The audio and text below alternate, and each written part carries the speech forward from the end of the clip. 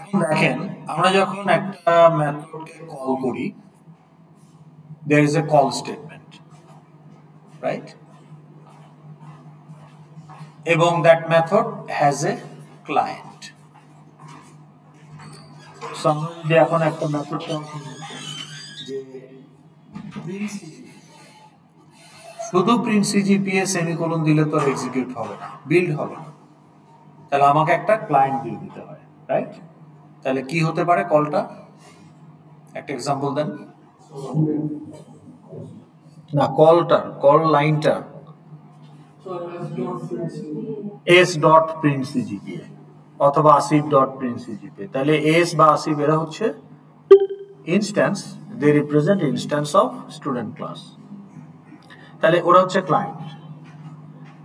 আর caller কে? Who is a caller of a method? না, S হচ্ছে ক্লায়েন্ট। টার্মগুলো খেয়াল করেন।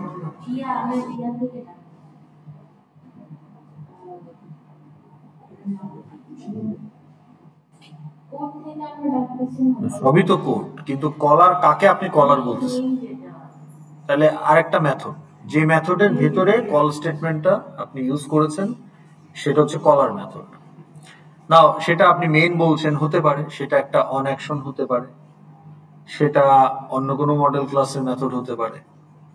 অর্থাৎ কোনো একটা মেথডের বডিতে আপনি যখন কলটা করবেন, এটাকে কল করা হলো, ইট হ্যাজ এ ক্লায়েন্ট, আর যার বডিতে কলটা করা হলো সে হচ্ছে caller method, right? Okay, so এটা যদি আপনাদের ক্লিয়ার থাকে, then I have a question. Is it mandatory in the caller method to explicitly specify the client for a method call statement? তাইলে explicitly specify করতে হবে কিনা ক্লায়েন্টকে? আসতেছি, হ্যাঁ। তাহলে প্রথমে আগে ইয়েস নোতে বলেন। Yes. Is it mandatory? No, actually no. কারণ a method call, in a method call statement, the client also can be implicit. তাহলে client is explicit versus when the client is implicit, এটা আমাদের বুঝতে হবে। So আপনি যখন mention করে দিচ্ছেন, then the client is explicitly mentioned in the code.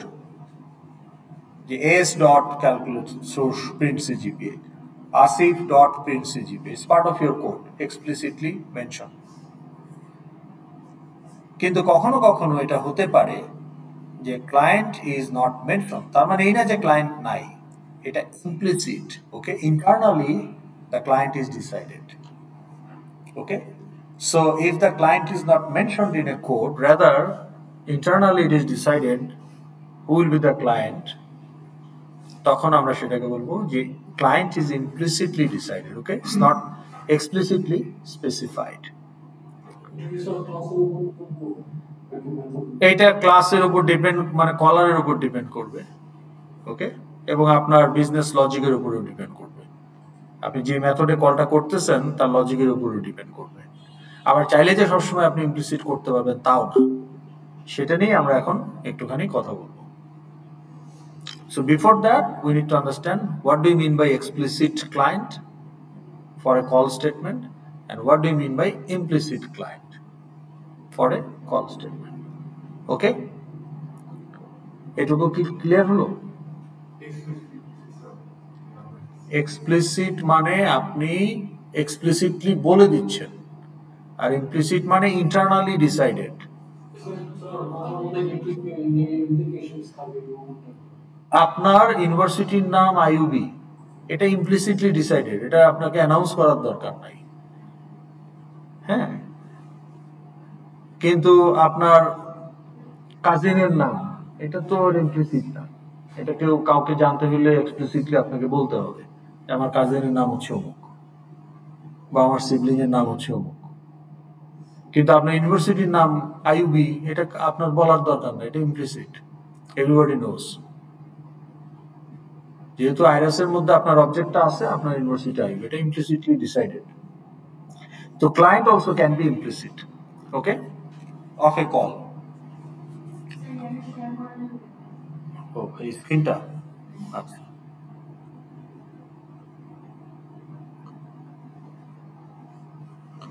Share করা ছিল, সবাই লগ আউট করলে ও কিছুক্ষণ পরে আবার বন্ধ করে দেয়, মিটিংটা টার্মিনেট করে দেয়।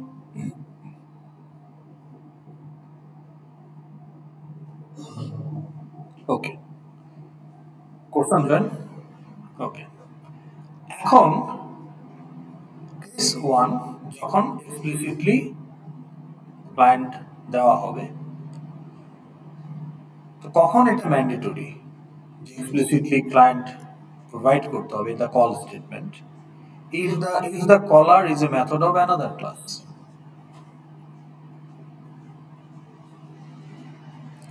ইমপ্লিসিট কথাটার মানে হলো কলারের ক্লায়েন্টই কল্ড মেথডের ক্লায়েন্ট হবে। তাহলে কলারের ক্লায়েন্ট কল্ড মেথডের ক্লায়েন্ট কখন হতে পারবে? যখন দুইটা একই ক্লাসের মেথড। কিন্তু কলারের ক্লায়েন্ট কল্ড মেথডের ক্লায়েন্ট হতে পারবে না যদি দুইটা দুই ক্লাসের মেথড হয়, তাহলে তো হবে না, টেকনিক্যালি এটা পসিবল না। তখন এক্সপ্লিসিটলি বলে দিতে হবে, বুঝতে পেরেছেন? এখন কেস 1 এর একটা এক্সাম্পল দেখেন। ধরেন স্টুডেন্ট ক্লাসের একটা মেথড হচ্ছে submit L A B report. So this is the body of submit LFE report. Now student class has another method conduct survey.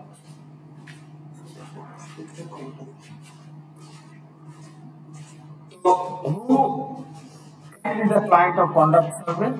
In student instance, because it is a method of student class. Who can be the client of submit LFE report? Again, student instance. তো এখন এই submit L A B report যখন survey করার জন্য conduct সার্ভেকে call করছে, নাও Asif dot submit L A B report, আসিফের জন্য এলএফি report সাবমিশনটা কাজ করতেছে, তাহলে এই সার্ভেটাও কিন্তু আসিফের জন্যই হবে লজিক্যালি যদি আপনি চিন্তা করেন।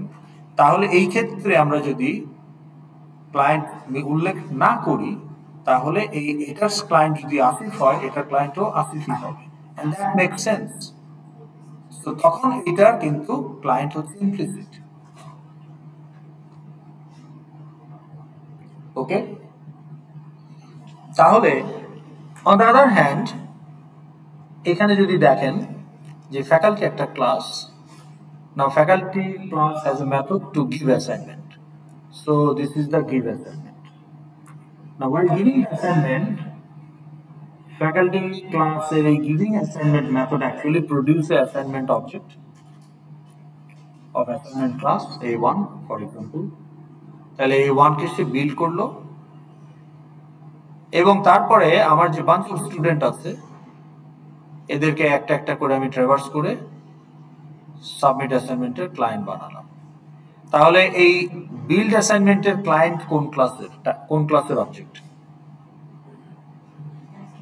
অ্যাসাইনমেন্ট ক্লাসের অবজেক্ট। কলার কোন ক্লাসের? ফ্যাকাল্টি ক্লাসের। তাহলে ফ্যাকাল্টি ক্লাসের ক্লায়েন্ট তো আর বিল্ড অ্যাসাইনমেন্টের ক্লায়েন্ট হতে পারবে না, এটার ক্লায়েন্ট হতে হবে একটা assignment object. So explicitly mention করতে হবে A1 dot. Same thing here, a give assignment, still it continues and call the submit assignment method of student class. But এটা তো method of student class, আর কলার হচ্ছে method of faculty class. সেখানেও client need to be explicitly mentioned. এখানে implicit হওয়ার কোনো সুযোগ নাই। Understood, Ibrahim? Okay. তাহলে আমরা বুঝতে পারলাম implicit client versus explicit client. So if I ask you again, when the client will be implicit? একজন একজন করে বলেন, আপনি আগে বলেন। কি সেম হয়? মানে caller method and called method যখন methods of same class, client আর ভুল বলবেন, ক্লায়েন্ট আর কলার সেম হবে কিভাবে? ক্লায়েন্ট তো একটা অবজেক্ট, কলার তো একটা মেথড। একটা মেথড আর অবজেক্ট কি সেম হবে? কোন দুইটা? না, কলার এন্ড কল্ড। ক্লায়েন্ট বলতেছেন কেন? কলার মেথড এন্ড কল্ড মেথড। হ্যাঁ, কলার মেথড সেটা বলেন। আপনি বলতেছেন ক্লায়েন্ট এন্ড কলার। ক্লায়েন্ট তো এসকেডি, আসিফ, এগুলো হচ্ছে ক্লায়েন্ট। মেথড দুইটা একই ক্লাসের কিনা। তো এখানে যেহেতু অ্যাসাইনমেন্ট ক্লাসের মেথড, কলার ফ্যাকাল্টি ক্লাসের মেথড, সো এক্সপ্লিসিট। এখানে স্টুডেন্ট ক্লাসের মেথড, কলার ফ্যাকাল্টি ক্লাসের মেথড, সেকেন্ড এক্সপ্লিসিট। প্রশ্ন হলো একই ক্লাসের মেথড যখন হবে, conduct survey and submit L A B report are the methods of same class, তাহলে এটা ইমপ্লিসিট। হ্যাঁ, আপনি একটা মানে লজিক্যালি চিন্তা করেন, একটা complex number object can represent a complex number instance. একটা কমপ্লেক্স নাম্বার অবজেক্ট একটা ম্যাট্রিক্স ইনস্ট্যান্সকে রিপ্রেজেন্ট করতে পারবে না। আপনি তো একটা complex C1 a new matrix করতে পারবেন না, পারবেন না। তাহলে একটা complex number handle can always represent a complex number. তাইলে একটা কমপ্লেক্স নাম্বার মেথডের ক্লায়েন্ট অবশ্যই একটা কমপ্লেক্স নাম্বারের অবজেক্ট হতে হবে। অন্য কোনো ক্লাসের অবজেক্ট তার ওটার ক্লায়েন্ট হতে পারবে না।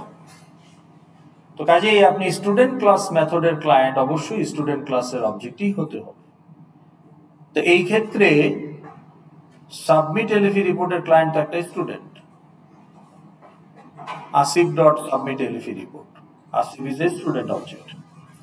তো তাহলে কন্ডাক্ট সার্ভেও তো স্টুডেন্ট ক্লাসের মেথড, তাহলে কন্ডাক্ট সার্ভের যে ক্লায়েন্ট হবে সেও তো একটা স্টুডেন্টই হবে। সে তো আর একটা ফ্যাকাল্টি হতে পারবে না, অ্যাকাউন্টেন্ট হতে পারবে না, তাই না? তো তাহলে কারণ এটা স্টুডেন্ট ক্লাসের মেথড, তাহলে যেহেতু কন্ডাক্ট সার্ভে স্টুডেন্ট ক্লাসের method, it's client also has to be a student. তার মানে আপনার এই কলার মেথডের client qualifies to be the client of caller method. Okay, now again here the caveat is qualifies, it's not mandatory, it's qualifies। আপনি চাইলে implicit করতে পারেন, করাই লাগবে এমন না। এখন করাই লাগবে এমন না, it depends on your business logic of your method, what that method is, context of the method।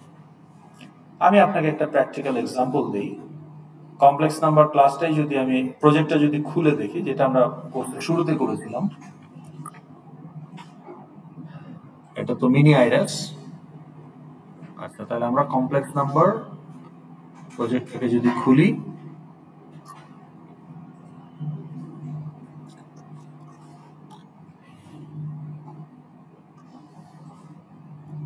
দেখেন তো রিসেন্ট কোথায়, রিসেন্ট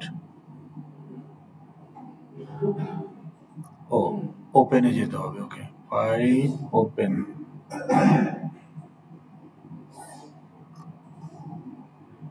আচ্ছা, তাহলে এখানে দেখেন এই যে কমপ্লেক্স নাম্বার অপারেশন, এটা যদি খুলি আপনাদের কত, সেকশন 8 নাকি? আচ্ছা, একটা খুললেই হলো, সেকশন 3। ওকে, তাহলে এটা ক্লোজ করি, section 3। Okay,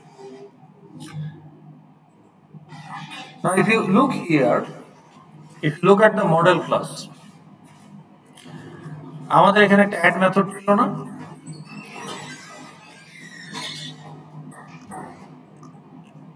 এই যে what does this add method do বলেন তো?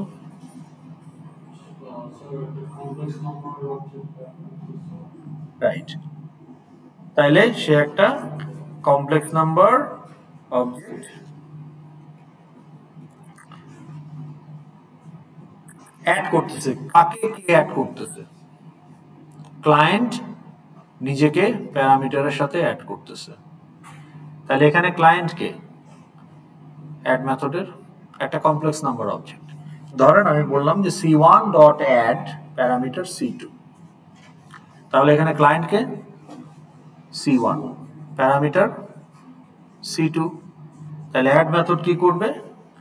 এই ক্লায়েন্টের রিয়েল এবং ইমাজিনারির সাথে প্যারামিটারে রিয়েল ইমাজিনারি যোগ করে সে নতুন একটা কমপ্লেক্স নাম্বার তৈরি করবে। তাহলে নতুন একটা কমপ্লেক্স নাম্বার আমরা লোকাল ইনস্ট্যান্টিয়েট করে ওখানে আমরা আপডেটেড ভ্যালুগুলো দিলাম। তাহলে now temp represent the added complex number. এখন আমি যদি এখানে প্রিন্ট করতে চাই ফার্স্ট কমপ্লেক্স নাম্বার, মানে কনসোলে, ওকে, কনসোলে প্রিন্ট করতে চাই,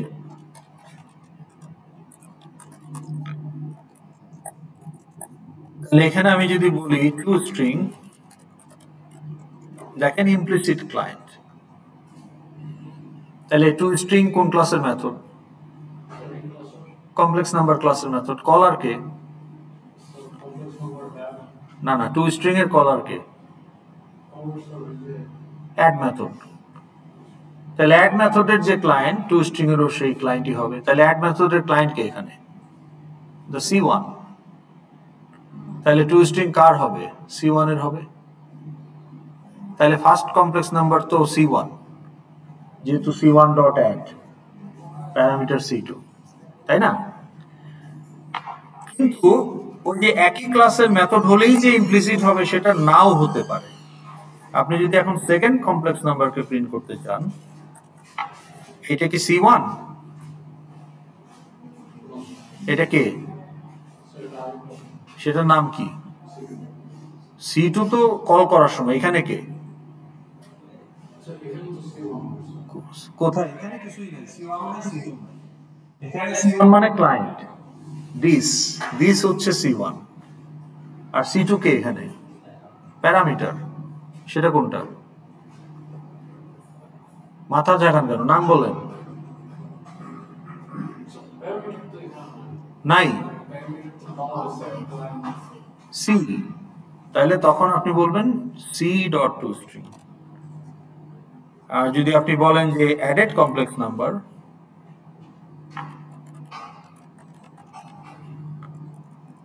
তাহলে অ্যাড মেথড তো কমপ্লেক্স নাম্বার রিটার্ন করবেই, তার আগে সে ইন্ডিভিজুয়ালি তিনটা কমপ্লেক্স নাম্বারকে সে কনসোলে প্রিন্ট করে দিচ্ছে system.out.println দিয়ে। তাহলে দেখেন এইখানে ইমপ্লিসিট ক্লায়েন্ট, বাট এই দুইটাতে কিন্তু না। কাজেই একই ক্লাসের মেথড হইলেই যে ইমপ্লিসিট করতে হবে বিষয়টা কিন্তু এমনও না। এটা depends on the logic. It qualifies to be implicit. করবেন কি না আপনার ব্যাপার। না না, আপনাকে তো লজিক্যালি চিন্তা করতে হবে। আমার যে সার্ভেটা কন্ডাক্ট হবে কোন স্টুডেন্টের এলএফি রিপোর্টের জন্য? সাবমিট এলএফি রিপোর্টের ক্লায়েন্ট যে তার জন্যই। এখন submit L A B report conduct survey কি ইউজ করতেছে, সাবমিট এলএফি রিপোর্টের ক্লায়েন্ট যদি আসিফ হয়, কন্ডাক্ট সার্ভের ক্লায়েন্ট কি শফিক হওয়া উচিত না আসিফই হওয়া উচিত? তাহলে আপনি ইমপ্লিসিট করবেন। তাহলে এখানে আমি ফার্স্ট কমপ্লেক্স নাম্বারকে যদি টু স্ট্রিং ইউজ করতে চাই, এটা কি অ্যাডের যে ক্লায়েন্ট সেইটা নাকি অন্য কোনোটা? তাহলে সেটা আপনি ইমপ্লিসিট করবেন। কিন্তু সেকেন্ড কমপ্লেক্স নাম্বার তো অ্যাডের ক্লায়েন্ট না, সেটা অ্যাডের প্যারামিটার, তখন আপনি এক্সপ্লিসিট করবেন। সো একই ক্লাসের মেথড হলে implicit is a option. It qualifies to have implicit client. কিন্তু ইমপ্লিসিট ক্লায়েন্ট রাখবেন কিনা নাকি এক্সপ্লিসিটলি ডিফারেন্ট ক্লায়েন্ট দিবেন, দ্যাটস অন ইউ। কিন্তু ডিফারেন্ট ক্লাসের মেথড হলে কিন্তু ইমপ্লিসিট করার কোনো সুযোগ নাই। একটা অবজেক্টই দুইটা মেথডের ক্লায়েন্ট হবে। If that is the requirement তখন ইমপ্লিসিট করবেন। কিন্তু যদি এরকম হয় যে একটা ক্লায়েন্টের মেথড এবং দুইটা ক্লায়েন্টের মেথড দুইটা অবজেক্ট হবে একই ক্লাসের, একটা ক্লায়েন্ট আর একটা নন ক্লায়েন্ট, তখন তো এক্সপ্লিসিট করতে হবে। এই টু স্ট্রিং এর ক্ষেত্রে আমরা দুইটাই দেখতেছি, ইমপ্লিসিটও রিলেভেন্ট, এক্সপ্লিসিটও relevant, depends on the use case. তাহলে আপনি যখন ফার্স্ট কমপ্লেক্স নাম্বারকে প্রিন্ট করবেন তখন ইমপ্লিসিট। এখন ইমপ্লিসিটটাকে আপনি দিস ডটও বলতে পারেন, কারণ this represent the current client. তাহলে এই মেথডটা কারেন্টলি রান হচ্ছে, তাহলে এই অ্যাডের যে ক্লায়েন্ট সেটাই দিস। তো দিস ডট মানে অ্যাকচুয়ালি ইমপ্লিসিট ক্লায়েন্ট। আপনি দিস বলে তো কোনো স্পেসিফিক অবজেক্টকে বলতেছেন না যে অমুক অবজেক্ট বা তমুক অবজেক্ট, আপনি বলতেছেন এই মুহূর্তে যে ক্লায়েন্ট সেটা। তাহলে এই মুহূর্তে ক্লায়েন্টটা কে? এখন যে মেথডটা এক্সিকিউট হচ্ছে তার যে ক্লায়েন্ট, তার মানে কলারের ক্লায়েন্ট। তো আপনি দিস বলা মানে ইমপ্লিসিট কল, এটা না বললেও ইমপ্লিসিট।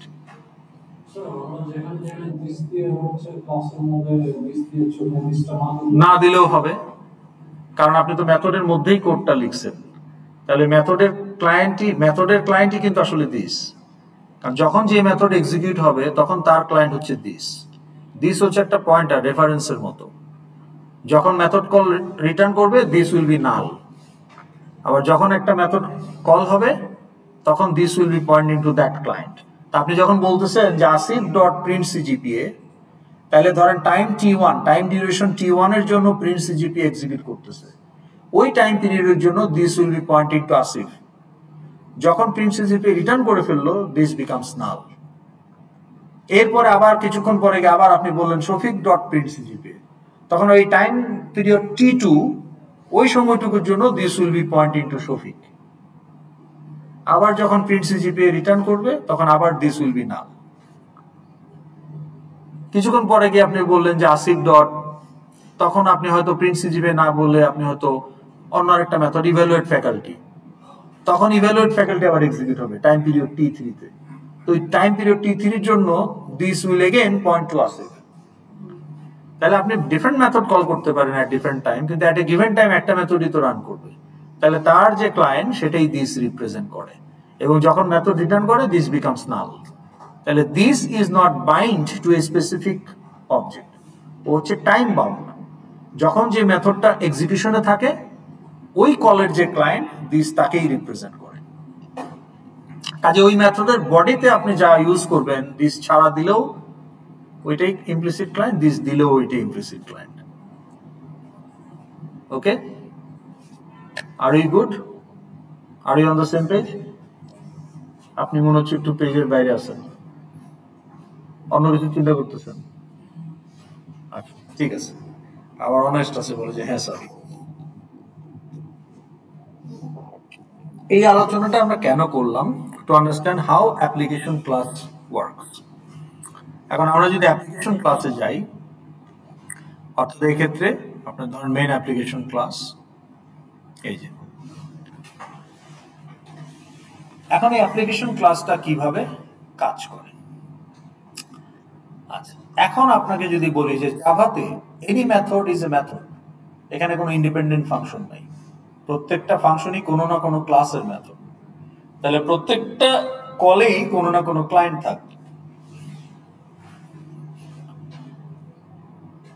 এটা নিয়ে এখন কথা বলার আগে আপনাদের সাথে আরেকটু কথা বলতে হবে, সেটা হলো প্রসেস নিয়ে। আচ্ছা, প্রসেস এইটা কি আপনারা জানেন? What is the process? Operating system course anybody did? আপনি করেছেন? ওএস কোর্স করেন নাই? আচ্ছা, কেউই করেন নাই।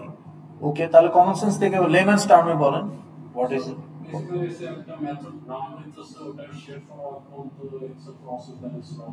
না, that what is process, that is the question. প্রসেসটা কি? Definition of process.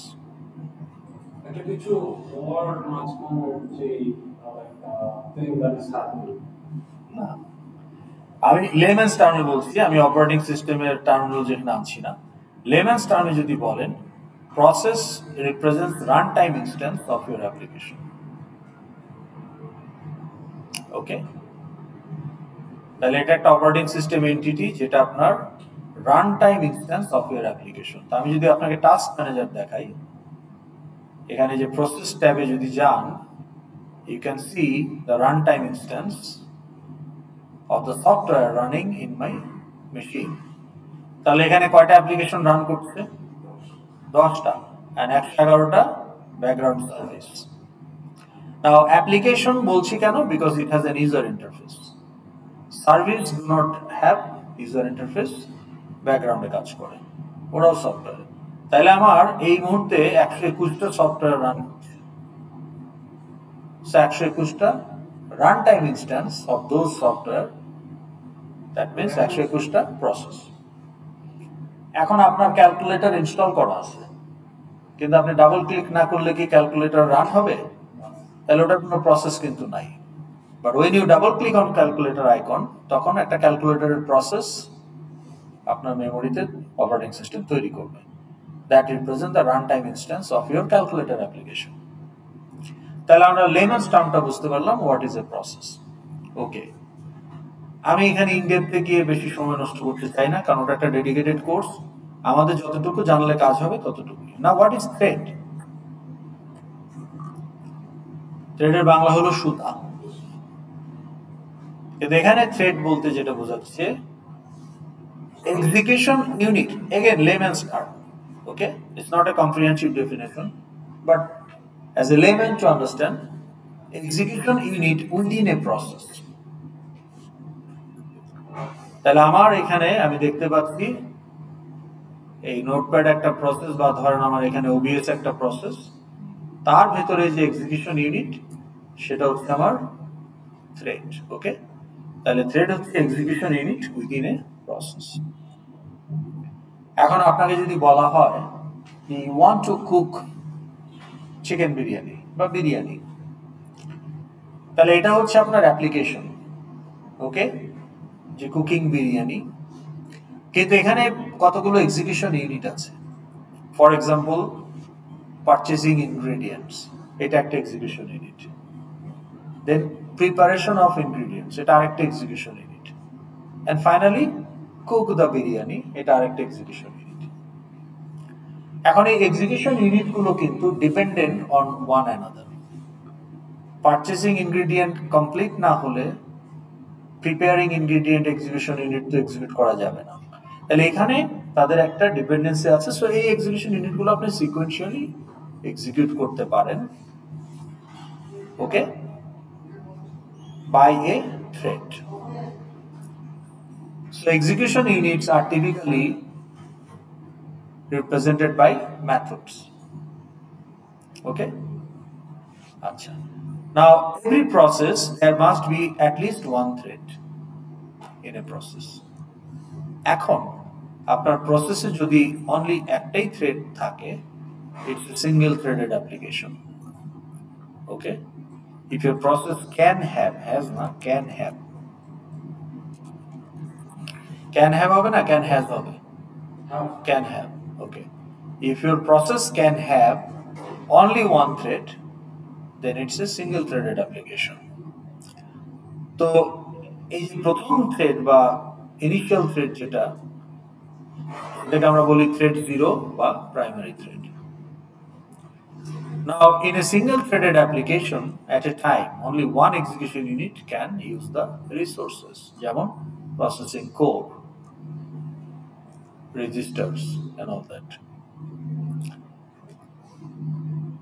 তো আমাদের এই কুকিং এক্সাম্পলের ক্ষেত্রে সিঙ্গেল থ্রেডেড হলে কোনো অসুবিধা নাই, কারণ আমি ওয়ান বাই ওয়ানই এক্সিকিউট করতে হবে। এট এ টাইম একটার বেশি তো আমি চাইলেও এক্সিকিউট করতে পারবো না লজিক্যালি। কুকিং এক্সাম্পলে আপনি আগে পারচেজ করতে হবে, আপনি পারচেজ না করা পর্যন্ত কুকিং শুরুই করতে পারবেন না, প্রিপারেশনও শুরু করতে পারবেন না। পারচেজ শেষ হলে আপনি প্রিপেয়ার করবেন, প্রিপারেশন শেষ হলে না আপনি কুকিং করতে পারবেন। তাহলে তিনটা এক্সিকিউশন ইউনিটকে আপনি একটা থ্রেড দিয়েই ওয়ান আফটার অ্যানাদার এক্সিকিউট করতে পারেন। একটা না, একটাই তো থ্রেড, সব থ্রেড কেন বলতেছেন? এটা তো একটাই থ্রেড।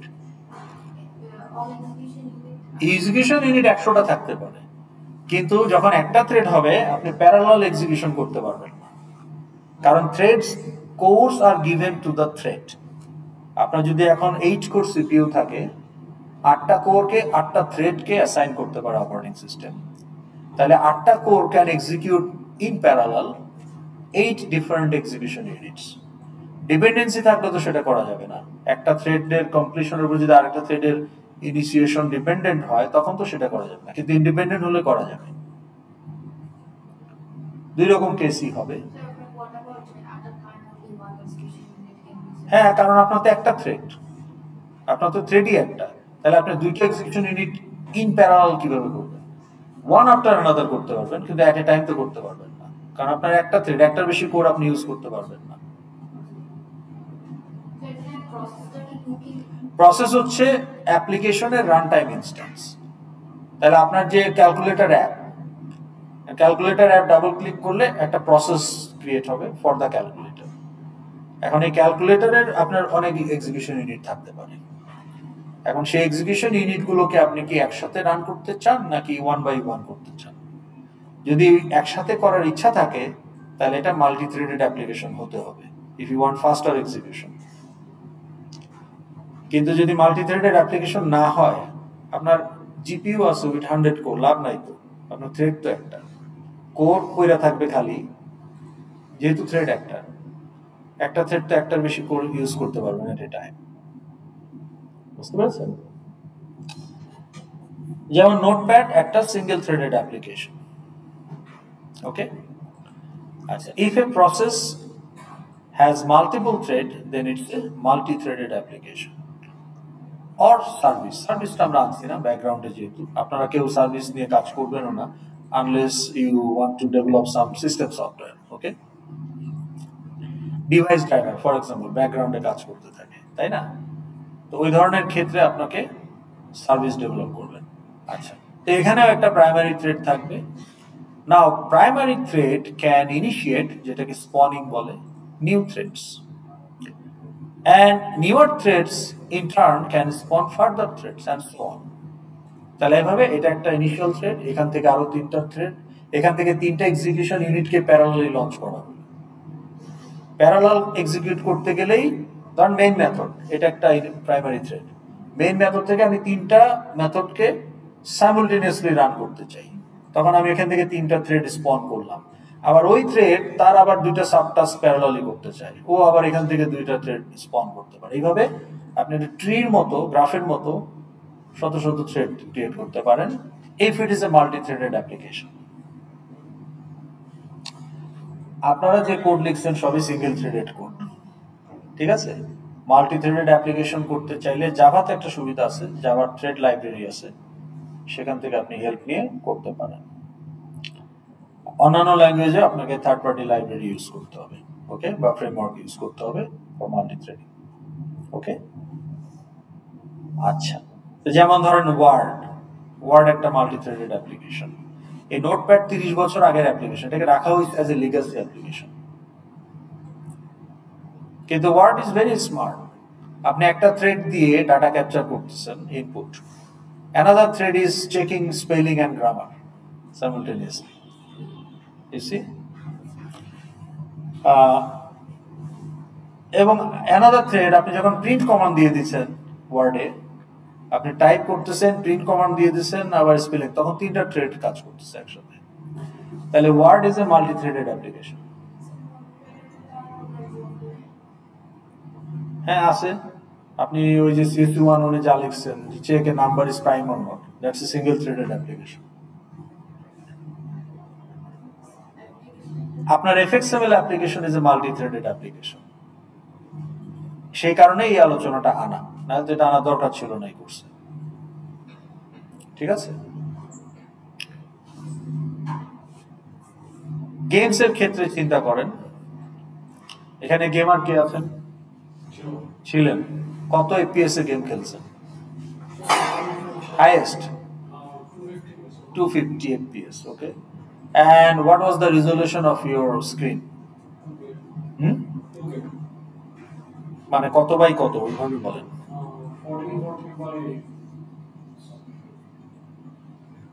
আপনি বলবেন আপনার মনিটরে কত? এই যে কি করেন আপনি, ফেসবুক না ইনস্টাগ্রাম, কি দেখেন?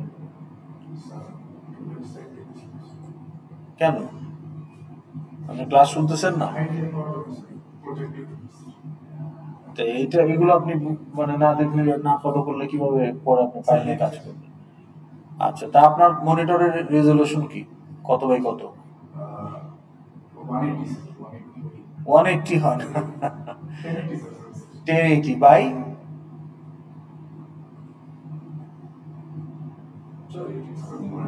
1840। ওকে, তাহলে আমরা হিসাবে সুবিধার জন্য লেটস সে 1000 বাই 2000 সাপোজ, তাহলে কতগুলো পিক্সেল হবে? 1000 টাইমস 1000 মানে 1 মিলিয়ন পিক্সেল, সো 2000 মানে 2 মিলিয়ন পিক্সেলস, তাই না? 2 মিলিয়ন পিক্সেলস আপনাকে ক্যালকুলেট করতে হবে পিক্সেল ভ্যালু এন্ড রেন্ডার করতে হবে। দুইটা কাজ এখানে, একটা হচ্ছে আগে ক্যালকুলেট, কারণ আপনার প্রত্যেক সিনেই তো পিক্সেলের ভ্যালু চেঞ্জ হয়ে যাচ্ছে। হ্যাঁ, আপনি এখন একটা ট্যাঙ্ক নিয়ে আসলেন, আগে ছিল সাদা ট্যাঙ্ক হচ্ছে জলপাই কালার, তাহলে পিক্সেল ভ্যালু চেঞ্জ হবে না? তাহলে pixel value need to be recalculated and render that pixel on your display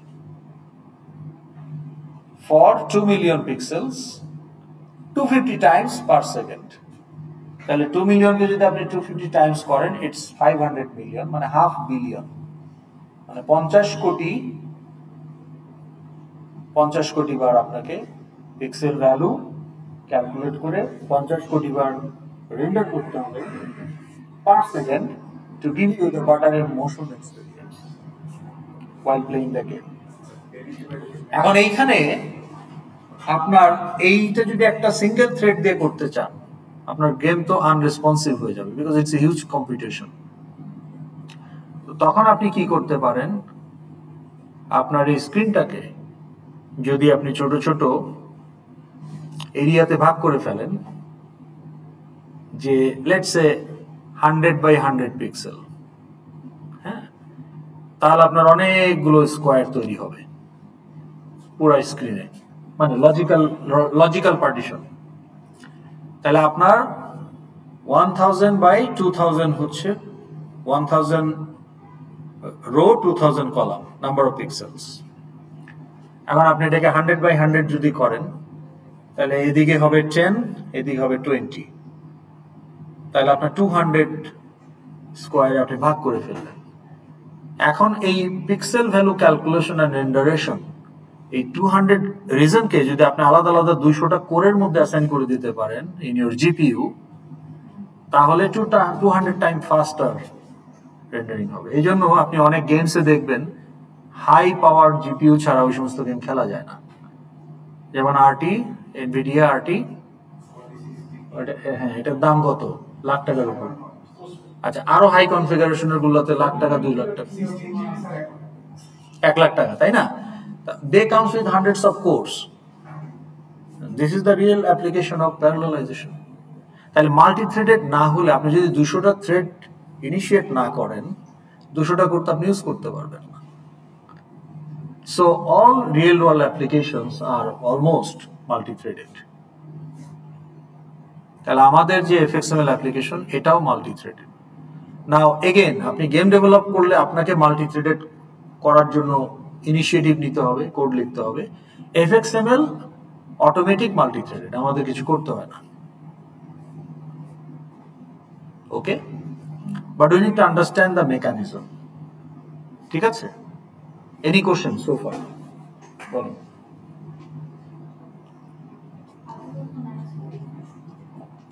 ওকে, যদি না থাকে, let's come to the application class.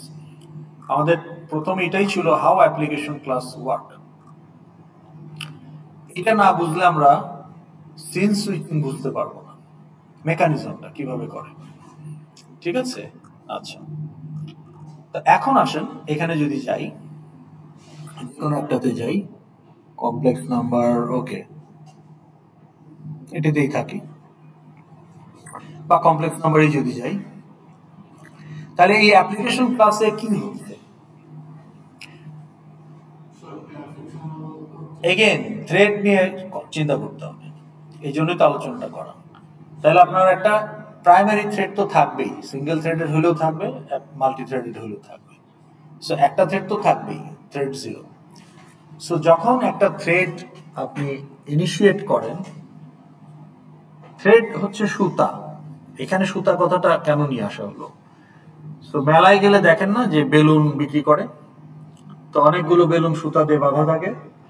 কোন বেলুনটা ছাড়বে, কোন বেলুনটা কাকে দিবে, রিলিজ করবে, it's control by the thread.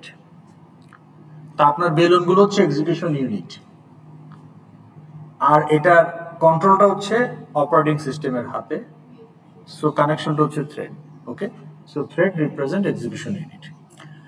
তো থ্রেড কিন্তু যখন আপনি নিজে নিজে বললে হবে না যে my thread will get the processing core, এটা অপারেটিং সিস্টেম হচ্ছে কাস্টোডিয়ান অফ দ্য রিসোর্স।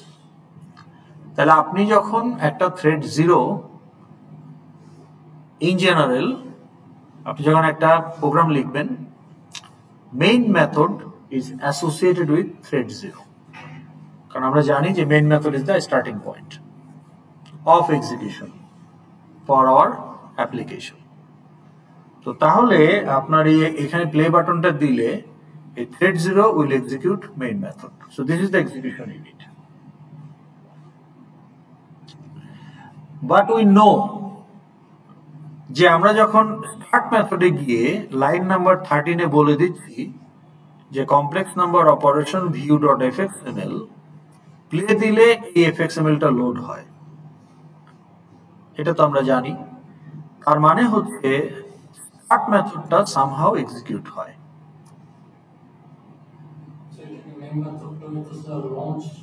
আসতেছি, হ্যাঁ আপনার কোশ্চেন আসতেছি, বাট এটা তো আমরা স্টার্ট মেথডটা এক্সিকিউট হয়, কিন্তু কোশ্চেন হলো স্টার্ট মেথড কি আমরা এখানে কল করেছি? লঞ্চ করেছি, কিন্তু স্টার্ট কি করেছি? তাহলে how start method gets executed, এটা হচ্ছে এক নাম্বার কথা। আর 2 নাম্বার কথা হলো যে লঞ্চ কে কল না করে স্টার্ট কে কল করলেই তো হইতো।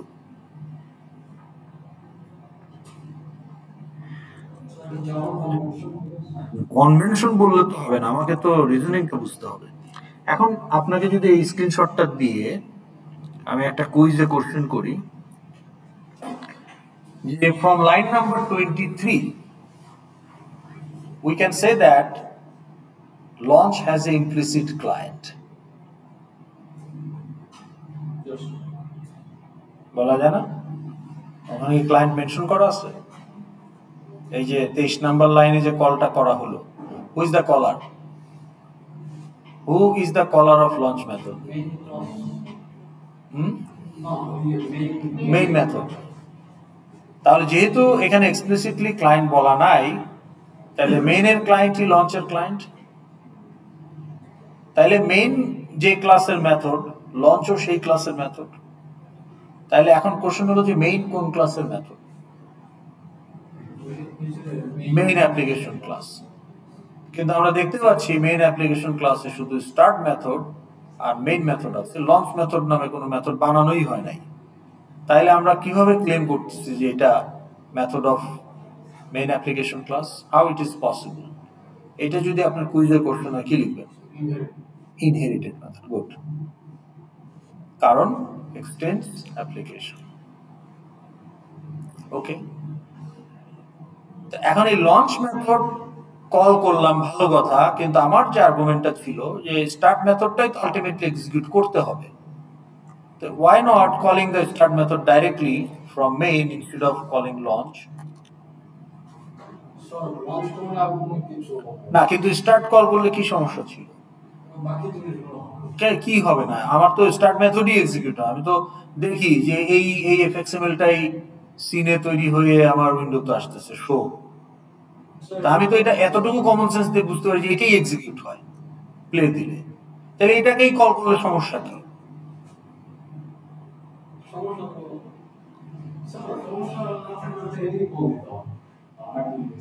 কিন্তু এটা তো আপনার অ্যান্সার না, অ্যান্সার তো একটা লজিক্যাল অ্যান্সার দিতে হবে। অ্যান্সারটা হলো যে মেইন মেথড যদি স্টার্টকে কল করত, একটাই থ্রেড, যে থ্রেড 0 মেইনকে রান করতেছে, থ্রেড 0ই তখন মেইনকে পজে দিয়ে স্টার্টকে রান করতো, স্টার্টকে এক্সিকিউট করতো, মেইন তখন পজে থাকতো। বুঝতে পেরেছেন? তাহলে মেইন আর start cannot execute in parallel as a multi threaded application. আপনি যদি মেইন থেকেই স্টার্টকে কল করতেন, ইনস্টিড মেইন কি বলতেছে? লঞ্চ মেথডকে কল করতেছে। Launch method basically is the method of inherited method of application class which make request to the operating system for an additional thread. And it also tells that, launch method also tells that the execution unit for the newly requested thread will be start method.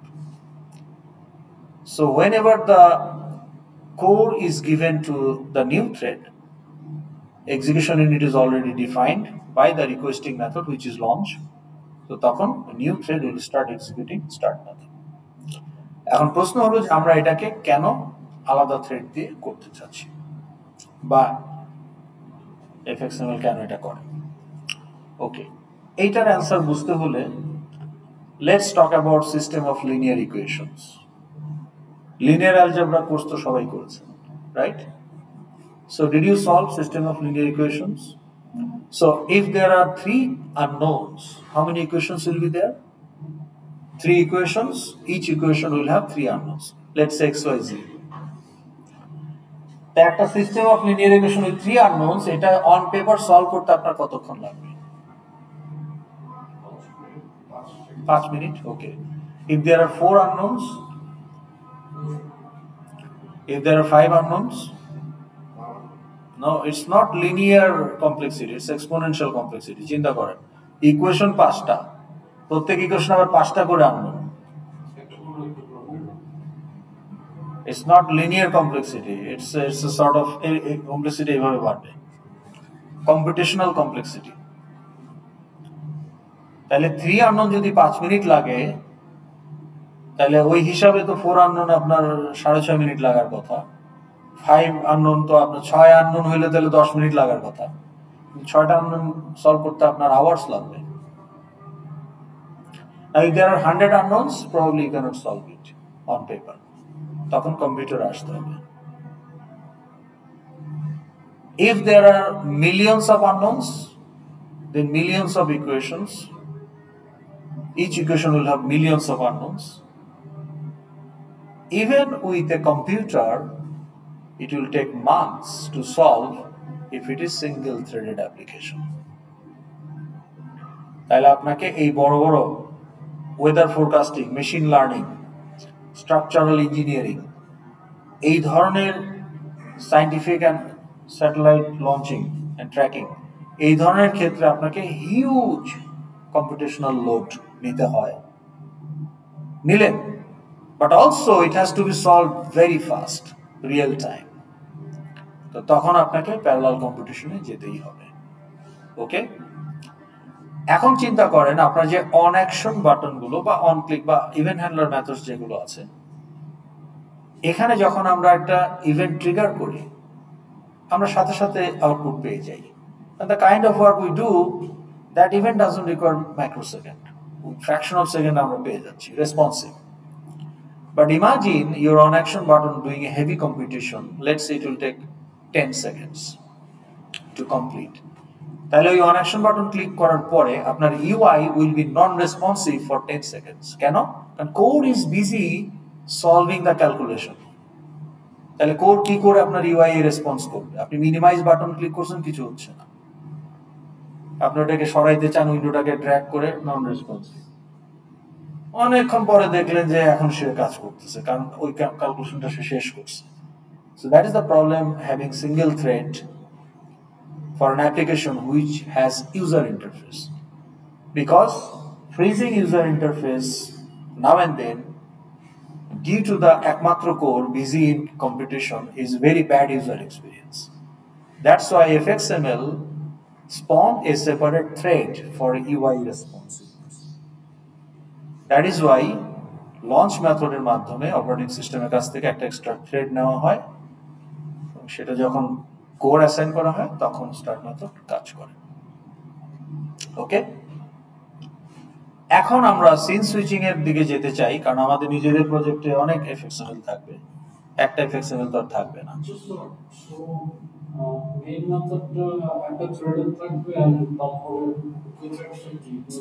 এটা তো thread zero, ওর কাজই হচ্ছে নতুন thread স্পন করা, এবং সেই নতুন thread আবার আরো থ্রেড স্পন করবে। ওই থ্রেডও আবার অন্য থ্রেড স্পন করতে পারে। আহা, আপনি মেইনটাই যদি একমাত্র থ্রেড হয়, সব কাজ তো ওকেই করতে হবে, তাহলে ও সিরিয়ালি করতে হবে। যদি 10টা কাজ করাতে চান, সিরিয়ালি করতে একটা করে একটাই থ্রেড। কিন্তু আপনি এখান থেকে থ্রেড রিকোয়েস্ট পাঠালেন, সে আবার ওখান থেকে আরো থ্রেড রিকোয়েস্ট পাঠালো, এইভাবে ব্রাঞ্চিং করতে করতে আপনি অনেক লেভেলে প্যারালালাইজেশন করতে পারেন। স্টার্ট থেকে যদি কল করতেন তাহলে তো থ্রেড জিরোই স্টার্টকে কল করত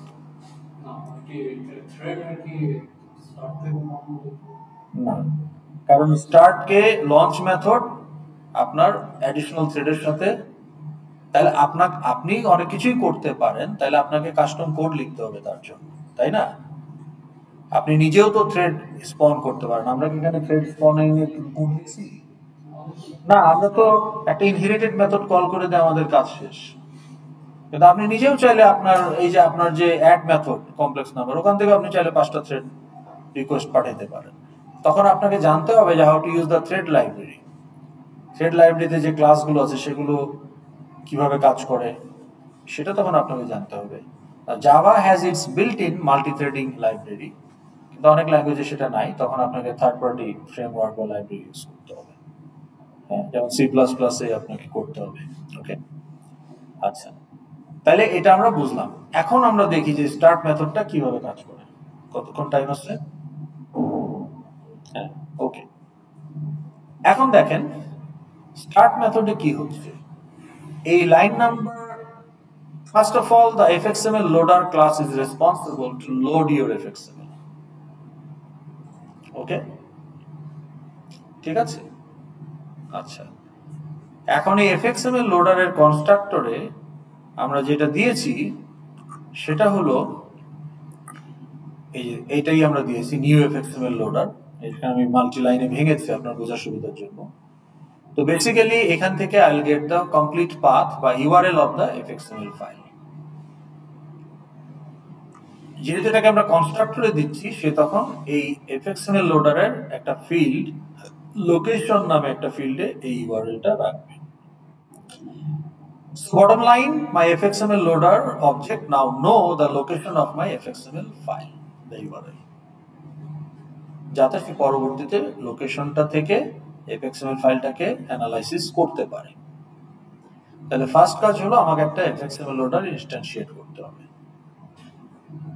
কারণ এই ক্লাসের এই অবজেক্টটাই আমার fxml কে লোড করবে।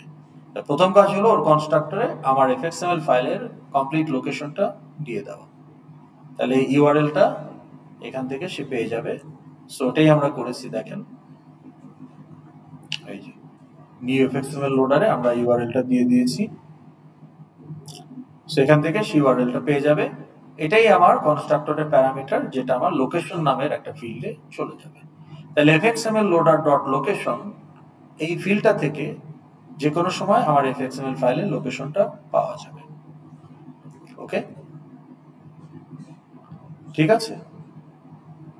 ওকে, এখন আসেন আমরা বাকি কোডটা বোঝার আগে একটা হাইপোথেটিক্যাল একটা মেটাফোর ইউজ করি।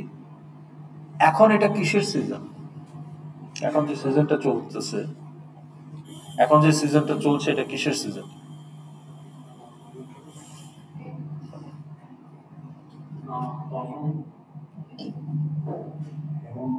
শীতকাল, তাই না? মোটামুটি হ্যাঁ পড়তেছে। তাহলে এই সিজনটা কিসের জন্য ফেমাস?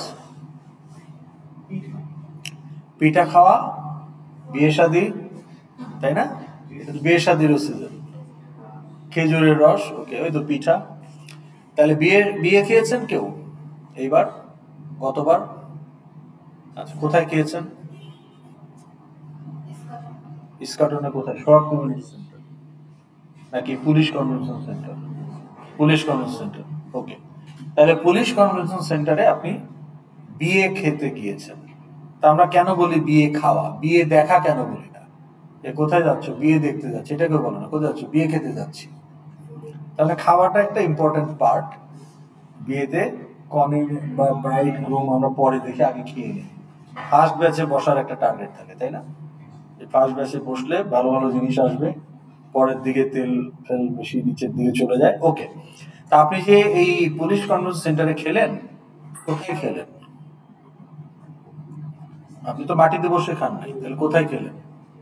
টেবিলে, ওকে। তাহলে ওই টেবিলটা হচ্ছে আপনার এই উইন্ডো, ওকে। তাহলে এই যে আপনি এখানে একটা রান করলে একটা উইন্ডো আসে না? এই যে উইন্ডোটা আসে না? Window has a minimize button, maximize button, close, একটা টাইটেল আছে, একটা মেনু আছে। তাহলে এই উইন্ডোটা হচ্ছে আপনার ওই গোল কাঠের টেবিল যেটার উপরে বসে আপনি খান, ঠিক আছে? আচ্ছা, এখন কাঠের টেবিলের উপরে এই ওয়েটাররা কি রাখে? প্লেট, গ্লাস, বোরহানির জগ, রেজালার বাটি, ফিরনির কৌটা, তাই না, পানের প্যাকেট ইত্যাদি। তো এগুলো সে কিসের উপরে রাখে? ভুল, ঠিক করে বলে, কাপড়ের উপরে রাখে, কাপড়ের উপরে রাখে। তাহলে কাপড়টা হলো আপনার সিন। ওকে, তাহলে আপনার একটা উইন্ডো আছে, উইন্ডোতে আপনি একটা সিন সেট করতেছেন, আর ওই কাপড়ের উপরে কি রাখেন?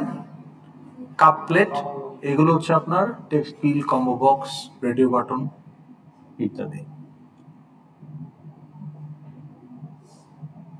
তাহলে আপনি যে নোটগুলো ড্র্যাগ অ্যান্ড ড্রপ করে সাজাচ্ছেন, এই নোটগুলো হচ্ছে আপনার এই হাঁড়ি, পাতিল, প্লেট, কাপ। কিন্তু এটাকে সরাসরি আপনি উইন্ডোতে দিতে পারবেন না, আপনার একটা ব্যাকগ্রাউন্ড লাগে। তা আপনাকে একটা অ্যাঙ্কর পেন ইউজ করে আপনাকে একটা সিন তৈরি করতে হয়।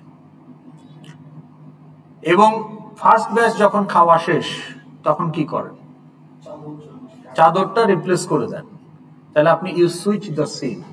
নাও দ্যাট চাদর itself contains all the তালাবাটি, okay, button, textile, etc. So you switch the scene, table cloth change করে দিচ্ছেন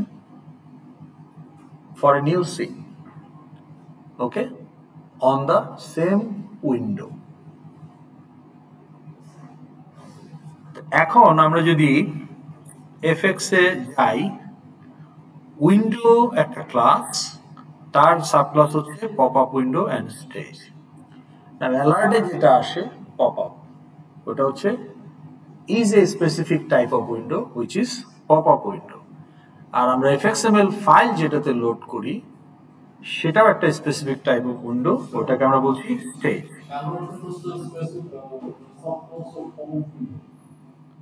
হ্যাঁ, না, উইন্ডোর সাবক্লাস, এই যে ক্লাস উইন্ডো।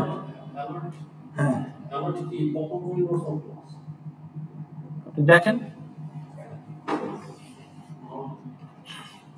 পপ আপ উইন্ডোর ডাইরেক্ট সাবক্লাস হচ্ছে pop up and pop up control. Pop up কন্ট্রোলে গেলে আবার সেটার সাবক্লাস পাবেন, বা আপনি অ্যালার্টকেই দেখতে পারেন।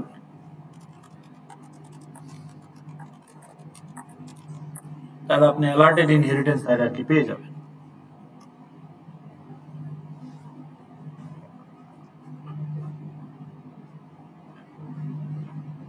এই যে পাবলিক ক্লাস অ্যালার্ট এক্সটেন্স ডায়ালগ, তাহলে ওর সুপার ক্লাস হচ্ছে ডায়ালগ। এটা একটা ডায়ালগ বক্স, তাই না? কারণ ওখানে ইয়েস, নো, ওকে এসব থাকে। তো এখন আসেন আমরা আমাদের আলোচনাটায় থাকি। তাহলে আমরা বুঝতে পারলাম যে আমাদের এই কাঠের টেবিল, পেরেক মারা কাঠের টেবিল, ওইটা আসলে আমার একটা স্টেজ। ওকে, মানে এটা একটা টাইপ অফ উইন্ডো, স্টেজ। স্টেজের উপরে ডাইরেক্ট আমি বাটন ফাটন, টেক্সট ফিল এগুলো বসাতে পারবো না, কারণ আমাকে একটা ডিজাইন প্যাটার্ন ফলো করে সাজাতে হবে, তার জন্য একটা বেস দরকার, সেটা হচ্ছে সিন। তাহলে আমার এখন একটা সিন লাগবে। ওকে, এখন সিন আমি বানাবো কি দিয়ে? আমার এফএক্সএমএল ফাইলের যে নোটগুলো আছে সেগুলো দিয়েই তো। তাহলে এখন যদি আপনাকে আমি একটা এফএক্সএমএল নোটে নিয়ে যাই, ধরেন এটাতে যদি নিয়ে যাই, অনেক নোট আছে না এখানে। এই যে আপনি যদি ট্রি হায়ারার্কি দেখেন, এখন এদের মধ্যে প্যারেন্ট নোট কোনটা? Anchor pane. তাইলে এটার ক্ষেত্রে অ্যাঙ্কর পেন, কোনোটার ক্ষেত্রে ভিবক্স হতে পারে, তাই না? তাহলে এই অ্যাঙ্কর পেন লেআউট, এটাই কিন্তু আসলে আপনার ওই টেবিল ক্লথকে রিপ্রেজেন্ট করবে। তাহলে এই অ্যাঙ্কর পেনটা চলে যাবে হচ্ছে সিনের কনস্ট্রাক্টরে, অর্থাৎ এই প্যারেন্টটা। এখন খেয়াল করেন যে আপনি তো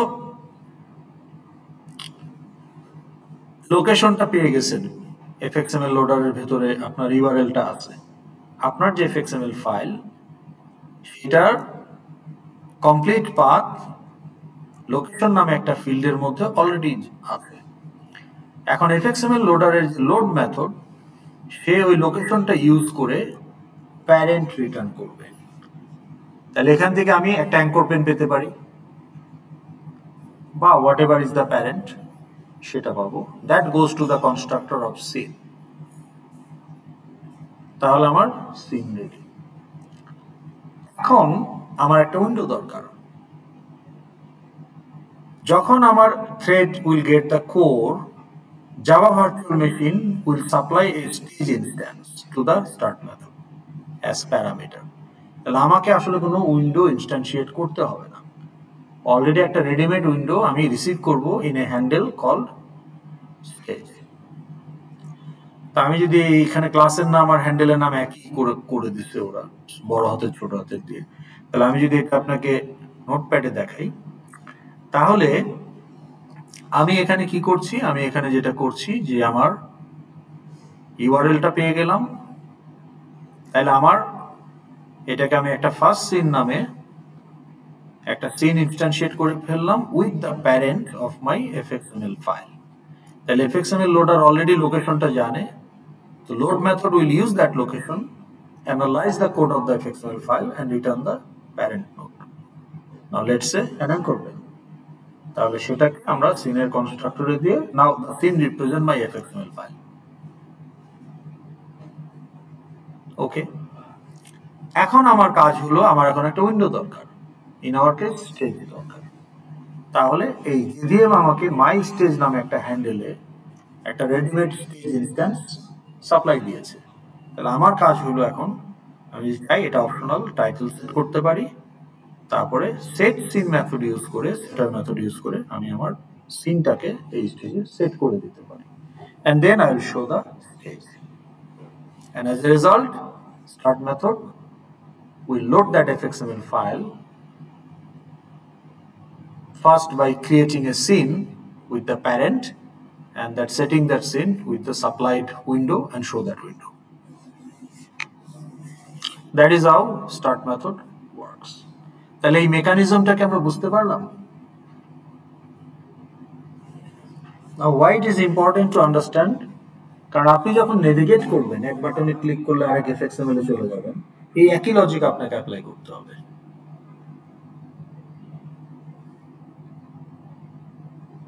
ওকে, এখন অ্যাপ্লিকেশন ক্লাস নিয়ে আমরা আগে কখনো ডিসকাস করি নাই কেন? কারণ আমাদের সিন সুইচিং এর বিষয়টা ছিল না, কিন্তু এখন তো ইটস টাইম।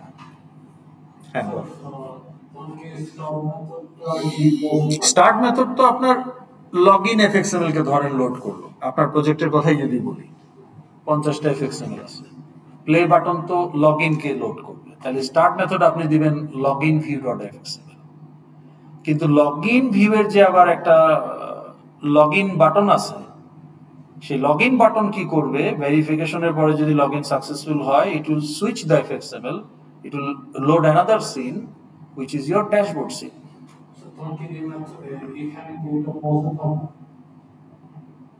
It depends, আপনি তো সিন রিপ্লেস করে দিচ্ছেন, আপনি ফার্স্ট ব্যাচ যে টেবিলের উপর খেয়ে গেছেন ওই ক্লথ কি আর আছে নাকি? ওই ক্লথ তো এখন ট্র্যাশ বিনে চলে গেছে। আপনার you replace the scene with the, আপনি লগইন সিনকে রিপ্লেস করে ফেলছেন উইথ ইউর ড্যাশবোর্ড সিন। তাহলে লগইন সিন কি আর আছে নাকি? পজের কথাটা আসতেছে কেন? পজের কথাটা আসতে পারে যদি আপনি সাইড বাই সাইড দুইটা উইন্ডোতে রাখেন, যে লগইনটা বাম পাশের উইন্ডোতে আছে, ড্যাশবোর্ডটা ডান পাশের উইন্ডোতে আসে। এরকম যদি হয় তখন আপনি দুইটা উইন্ডো পাশাপাশি থাকতে পারে। Now that also can be a case. তাহলে এখন আসেন আমরা এখন একটা প্রজেক্ট দেখি যেটা preparation for your final exam, কারণ আপনার ফাইনাল এক্সামে মিড টার্ম আর ফাইনাল এক্সামের থিম একই। What was the theme of midterm? You have a model class, you have a fxml to capture input and create model class objects.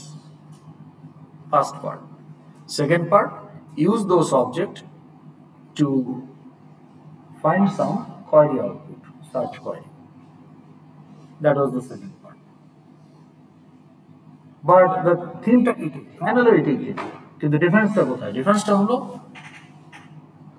logically it doesn't make sense. The data accumulation and data processing will be same fxml. First of all they can be exercise at different times, তাহলে একই FXML হওয়ার তো সুযোগ নেই। So you need separate FXML for data accumulation, creation or some kind of data processing, query processing। তাহলে আপনার এখন multiple এফএক্সএমএল থাকবে ফাইনালে। আপনি মিডে যেটা করছেন data creation, accumulation and processing একই জায়গায় করে ফেলছেন, কারণ সেটা আমাদের শর্টকাট হিসেবে করতে হয়েছে, because we did not use any file. কিন্তু লজিক্যালি যদি চিন্তা করেন, আপনার অ্যাপ্লিকেশন ডাটা যখন জেনারেট হচ্ছে, store it in database.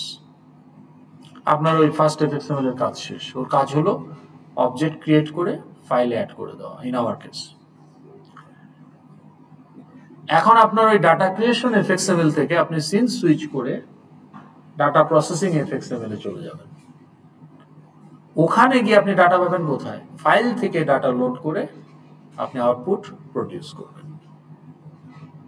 So আপনার লজিস্টিক্স এখানে ডিফারেন্ট, বাট থিম একই, যে অ্যাকুমুলেট অবজেক্টস অ্যান্ড প্রসেস।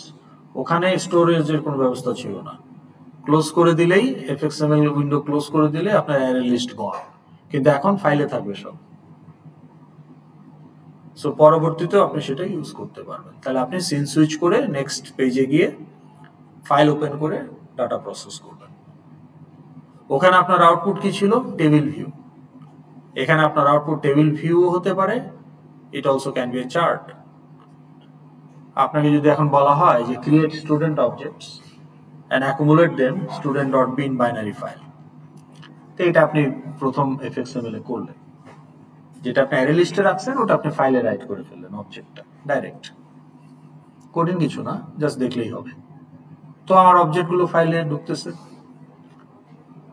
এখন আমি গিয়ে পরের এফএক্সএমএল এ গিয়ে ধরেন আমি বললাম যে show gender ratio among the students in a pie chart। এটাও তো আমার একটা কোয়েরি আউটপুট হতে পারে না? তো তখন আমি কি করব, ওই ফাইল থেকে একটা একটা করে স্টুডেন্ট অবজেক্ট রিড করতে থাকবো, আর লুপের মধ্যে গেটার দিয়ে গেট জেন্ডার দিয়ে দেখবো মেল ফিমেল হলে যেটা কাউন্টার থাকবে কাউন্টার বাড়াইতে থাকবো। তাহলে সবগুলো অবজেক্ট যখন রিড করা হয়ে গেল, আই হ্যাভ টু কাউন্টার্স, তাহলে ওই দুইটা কাউন্টারের ভ্যালু দিয়ে আমি একটা পাই চার্ট জেনারেট করে ফেলতে পারি। অথবা যদি টেবিলে হয় টেবিলেও দেখাতে পারেন যে ফার্স্ট কলাম আপনি বললেন মেল ফিমেল দুইটা রোতে, সেকেন্ড কলামে বললেন যে কত পার্সেন্ট, তখন এই কাউন্টকে পার্সেন্টে কনভার্ট করে আপনি দেখাতে পারেন। তাহলে আপনার একটা আউটপুট থাকবে। তো থিম এক, কিন্তু এখানে আপনাকে সিন সুইচিংটাও দরকার। এটা আপনার প্রজেক্টেও লাগবে, নেভিগেট করা এক এফএক্সএমএল থেকে আরেক এফএক্সএমএল। সো সেটা আমরা এখন দেখতেছি। And also as the future use of the data, we need to use file. Okay, এখন আসেন আমরা ওই প্রজেক্টটা দেখি। কমপ্লেক্স নাম্বার ক্লোজ করে দেই, মিনি আইএসও ক্লোজ করে দেই। এখন দেখেন এই ফাইনাল এক্সাম প্রিপারেশন প্রজেক্ট, এখানে আমার দুইটা এফএক্সএমএল ফাইল আছে। ওকে, একটা হলো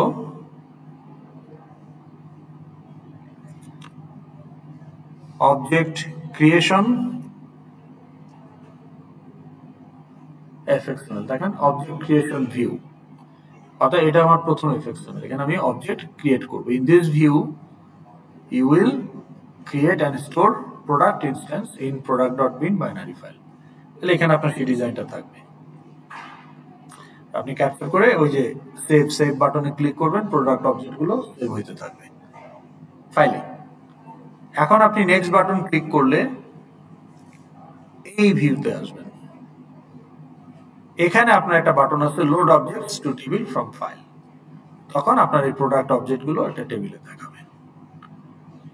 তো স্ট্রাকচারটা এরকম, আপনার ফাইনাল স্ট্রাকচারটা এরকমই হবে। ওকে, এখন আমার দুইটা এফএক্সএমএল, কিন্তু আমি স্টার্ট মেথডে কোনটাকে লোড করব?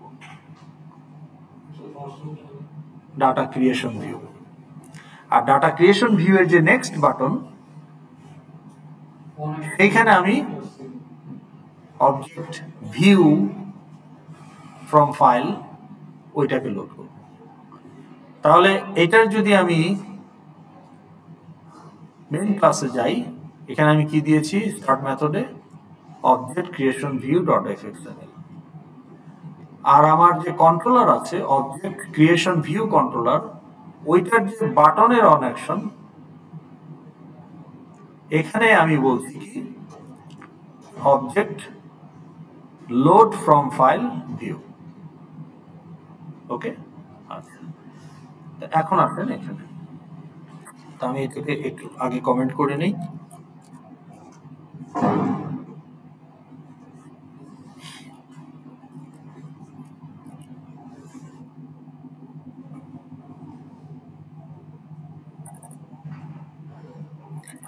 আচ্ছা, ট্রাই ক্যাচ হচ্ছে part of exception handling.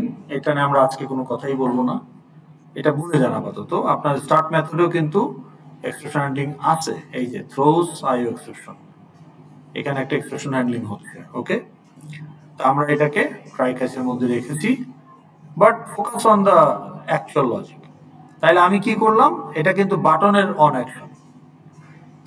First এফএক্সএমএল থেকে আমি সেকেন্ড এফএক্সএমএল এ যেতে চাই when I click on the button of the first এফএক্সএমএল। তাহলে এটা ওই ডাটা ক্রিয়েট কন্ট্রোলারের অন অ্যাকশন, বাটনের অন অ্যাকশন।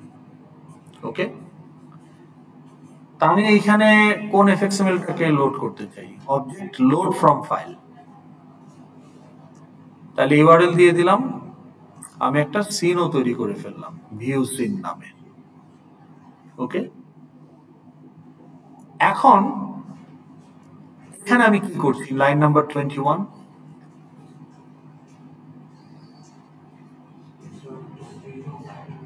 তাহলে আমি একটা নতুন স্টেজ ইনস্ট্যান্সিয়েট করছি।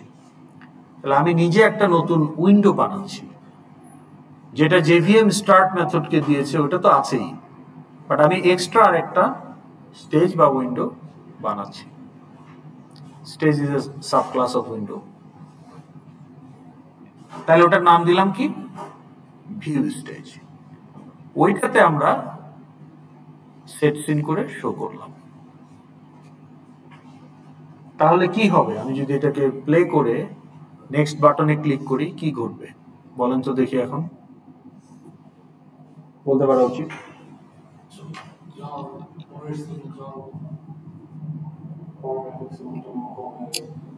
পরের সিনে তো যাবেই, কিন্তু এখন আপনি একটা টেবিলে বসে খাচ্ছেন, আপনি ওখানে, আপনি ধরেন আমাদের কালচারে তো আর ওরকম নাই, কিন্তু ওয়েস্টে যেটা থাকে, কি থাকে যেন, মেইড অফ অনার, তাই না? মানে ব্রাইডের যে সবচেয়ে ডান হাত, ওই বিয়ের আসলে তার কথাই শেষ কথা, on behalf of the bride. এরকম গ্রুমেরও কি থাকে, বেস্ট ম্যান না কিছু একটা থাকে। তো এখন আপনি খাচ্ছেন বেস্ট ম্যান একটা টেবিলে, এখন আপনি একটা বাটন ক্লিক করে বললেন যে এই serve bride and groom on that special table. আপনার টেবিলে আপনি খাইতেছেন, তা আপনি তখন ইনিশিয়েট করলেন যে ব্রাইড গ্রুমকে এখন খাইতে দাও, বসে থেকে আপনি খাচ্ছেন। তখন কি হবে, আপনার টেবিলে বসবে না, তাদের জন্য স্পেশাল টেবিল আছে। তার মানে কি, আপনার টেবিলেও আপনি খাচ্ছেন, তাদের টেবিলে তারা খাওয়া শুরু করবে। তার মানে আপনার টেবিলে ফার্স্ট এফএক্সএমএলটা আছে, ওখান থেকে নেক্সটে ক্লিক করে আপনি আরেকটা উইন্ডোতে সেকেন্ড এফএক্সএমএলটা আনবেন। তাহলে আমি যদি এটাকে এখন রান করি, এখানে লোড করছি কিন্তু আমি ক্রিয়েশন ভিউ, আর ক্রিয়েশন ভিউ এর কন্ট্রোলারে গিয়ে আমি লোড করতেছি object load from file view. তাহলে এখন যদি আমি এটাকে রান করি,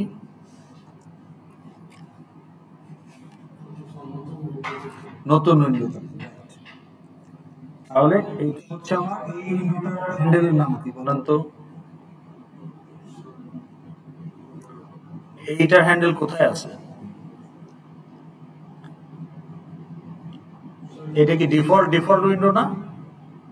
এটা কে সাপ্লাই দিছে? জেভিএম। কাকে? স্টার্ট মেথডকে। তাহলে এটার হ্যান্ডেল আছে স্টার্ট মেথড। এটার নাম কি, হ্যান্ডেলটার নাম কি? না, স্টার্ট মেথডে দেখতে হবে মাই স্টেজ। আর এখানে ক্লিক করলে আমি যে নতুন স্টেজ পেলাম, এই হ্যান্ডেলটার নাম কি? New stage. যেটা অন অ্যাকশন আপনি বানাইছেন। তো যেহেতু নিউ স্টেজ নতুন একটা window, that's why both windows are there.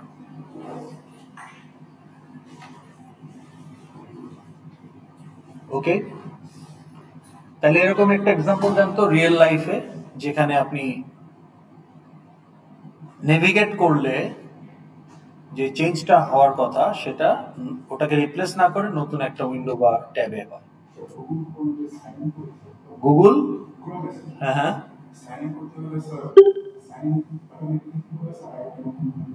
তাহলে এরকম অনেক অ্যাপ্লিকেশন আছে। আবার একই উইন্ডোতে রিপ্লেস হচ্ছে, এটাও তো খুব কমন। লগ ইনে ক্লিক করলে যে ড্যাশবোর্ড আসে একই এতে আসে, তাই না? বা আমি আমার ড্যাশবোর্ডে গিয়ে যখন অ্যাটেন্ডেন্সে ক্লিক করি একই উইন্ডোতে রিপ্লেস হচ্ছে, তাহলে ওটাও আমাকে দেখতে হবে, দুইটাই আমাকে দেখতে হবে। এখন আমার অ্যাপ্লিকেশনের কনটেক্সটে যেখানে যেটা দিয়েছে 5 মিনিট আছে, আমি এটা শেষ করে দিই, নাহলে এইটুকুর জন্য আবার ফেরত আসতে হবে। তাহলে নেক্সট ক্লাসে আমরা সরাসরি ফাইল দিয়ে শুরু করতে পারবো। ওকে, এখন যদি এটাকে নিউ উইন্ডো না করে এই উইন্ডোতেই আনতে চাই, তাহলে এই সিনটাকে কোন স্টেজে সেট করতে হবে? ভিউ স্টেজে না মাই স্টেজে? মাই স্টেজে। ওকে, তাহলে এখন আসেন, তাহলে আমি এখানে নিউ স্টেজ করলাম না, বরং আমি তখন এখানে দেখেন, আচ্ছা আমি আবার দেখাই, ধরেন এটা ছিল তো আমার ইয়েতে, তাই না? এটা ছিল আমার স্টার্ট মেথডে, এটা ছিল আমার start method of which class of হলো আমার মেইন ক্লাস, তাই না? তাহলে ক্লাস মেইন ক্লাস, তাহলে মেইন ক্লাসের মেথড হচ্ছে স্টার্ট মেথড। ওখানে আমি কিসের মধ্যে পাইছি? মাই স্টেজ, অবজেক্ট ক্রিয়েট ভিউ এফএক্সএমএল। এখন আমি আসি হলো কন্ট্রোলার ক্লাস। ওকে,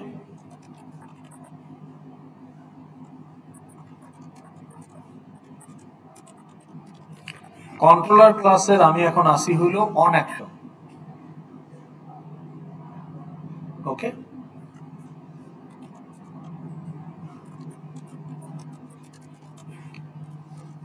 তাহলে এই অন অ্যাকশনে, এগুলো প্রাইভেট মেথড, তাহলে এই অন অ্যাকশনে গিয়ে আমার চেঞ্জটা কি হবে?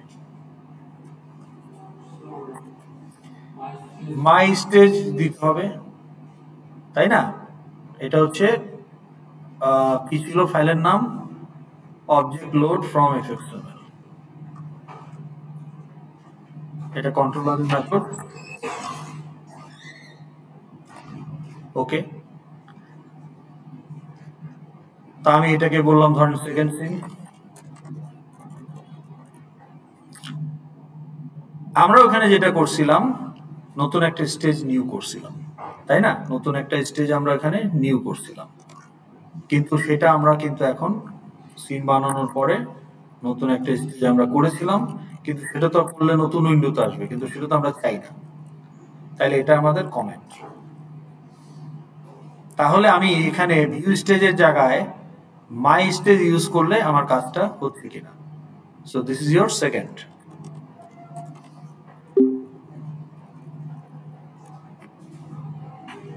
তাহলে এখানে হবে সেকেন্ড সিন।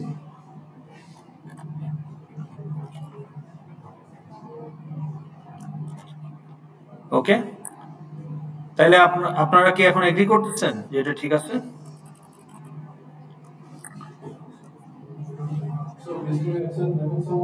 বেসিক্যালি স্টার্ট মেথডে যে কাজটা করছি ওই কাজটাই আমি বাটনের অন অ্যাকশনে করলাম। Now will it work? That is my question to you.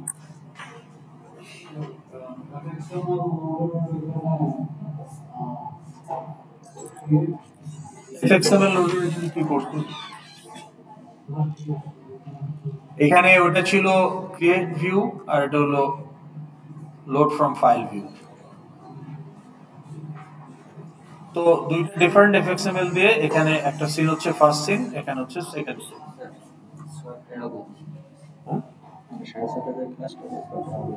ছটায় 10 মিনিট আছে, আর 10 মিনিট পর আসতে বলেন, দরজা বেজে। বুঝতে পেরেছেন? তাইলে এটা আমরা দিতে পারি কিনা মাই স্টেজ?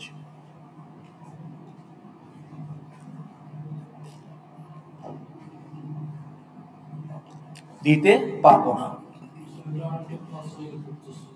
কারণ মাই স্টেজ হচ্ছে এই মেইন ক্লাসের ভেতরে আছে। এটা ফিল্ডও না, পাবলিক ফিল্ড হলে হয়তো বা পারা যাইতো, কিন্তু এটা পাবলিক ফিল্ডও না। আর ফিল্ড তো আমরা পাবলিক করিও না, 1 নাম্বার। আর 2 নাম্বার হলো এইটা আসলে স্টার্ট মেথডের লোকাল, এটা লোকাল মেথডের স্টার্ট। কাজে আমি মেইন মেথডে গিয়েও যদি এটাকে ইউজ করতে চাই, পাবো না মাই স্টেজকে, আর এই অন্য ক্লাসের মধ্যে তো পাবোই না। তাইলে প্রবলেমটা হলো যে দিতে পারলে এটা হতো, কিন্তু এটা তো এখানে অ্যাক্সেসিবল না। তাইলে আমি এখানে স্টেজটা পাবো কি করে? That is the point. এখন আমাকে যেটা করতে হবে, যে এই যে স্টেজ, এটা হচ্ছে ইব্রাহিমের মাথা অনেকটা দূরে, আমি এখান থেকে অ্যাক্সেস পাচ্ছি না, কিন্তু ইব্রাহিমের কানটা একটু কাছে আছে। তাহলে এখন আমরা বাংলায় বলি না, কান টানলে মাথা আসে। আমাকে এখন কান টেনে মাথা নিয়ে আসতে হবে, ব্যাক ট্র্যাক করি। তাহলে এটা লিখে রাখেন যে কান টেনে মাথা আসে, এটা দিয়ে আমরা শুরু করব নেক্সট ক্লাসে। লিখে রাখেন, নাহলে আমি ভুলে যাবো, আজকে সময় নাই। ওকে, তার মানে এখানে ইব্রাহিম, এটা আপনার নামটা হচ্ছে জাস্ট একটা এক্সাম্পলের জন্য। ধরুন আমার কান টানলে আমার মাথা নিবে। এখানে পয়েন্টটা হলো যে instance is there created by JVM, but the only way to access that instance was the local handle of start method. এখন ওই স্টেজ ইনস্ট্যান্স আমি আমার কন্ট্রোলারের অন অ্যাকশনে কিভাবে পাবো? I don't have any handle. তাহলে আমি এখন একটা লোকাল হ্যান্ডেল ডিক্লেয়ার করে আপনাকে দেখাই দেই। তাহলে এখানে আমরা যেটা করেছি আসলে দেখেন, যে আমার সরাসরি কোনো কিছু করার উপায় নাই। আমি যেটা করেছি, এই যে এই অংশটা,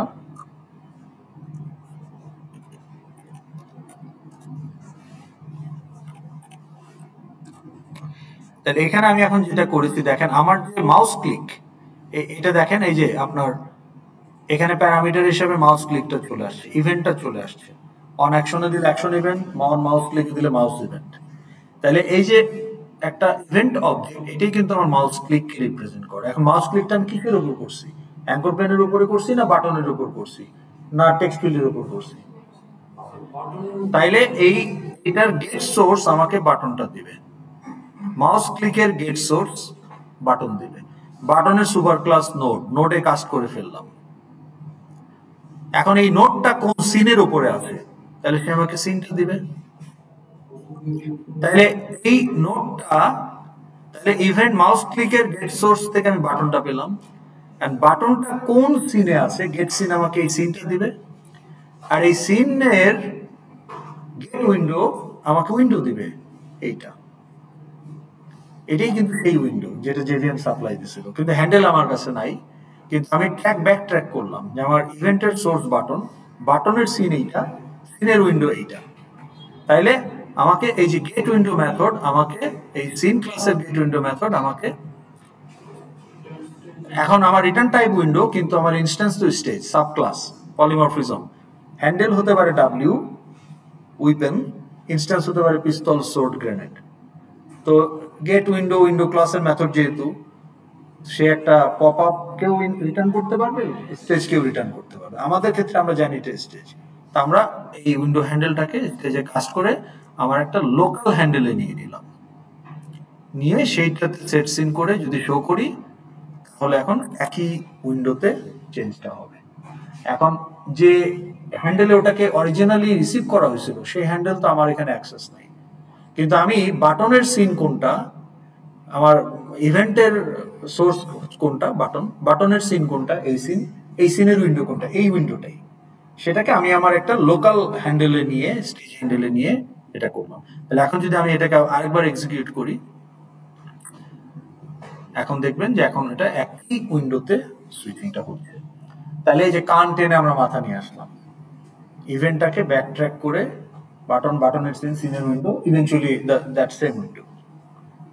But I need a reference, so I use it in a store it in a local handle. ওইটাতে আমি সেট সিন করে শো করে দিলাম। এখন দেখেন এই যে খেয়াল করেন একই স্টেজে সিন সুইচিংটা হয়ে গেল। ঠিক আছে, that is how scene switching works. তো এগুলো একটু স্টাডি করেন, করে আপনাদের নিজেদের এফএক্সএমএল বানাচ্ছেন না, এই সিন সুইচিং এর কোডগুলো করে ফেলেন, এটা কপি পেস্ট করলেই হবে, খালি ওই যে নামগুলো চেঞ্জ করে দিতে হবে। List list list